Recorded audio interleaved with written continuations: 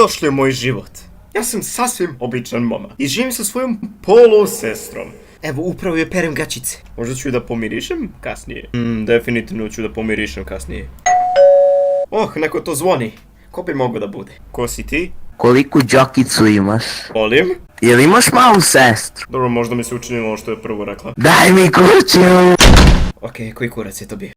Ja imam najnormalniji komšiluk. Evo, sad ću upravo da vidim šta mi komšini... Koji kurac je ovo?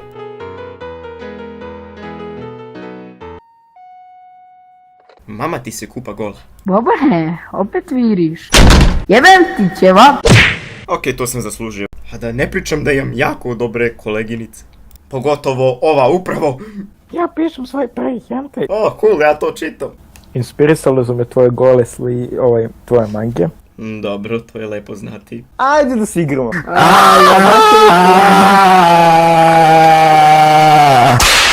Okej, preterao sam. Izvinjavam se.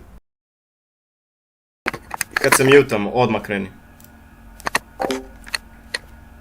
Sad? Koliku džakicu imaš?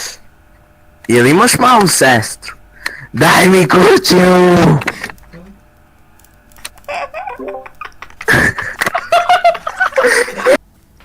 Ja pišem svoj prvi hentai.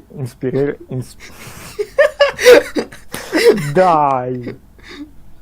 Jebem ti čevak, naglas, razderi se koliko najviše možeš.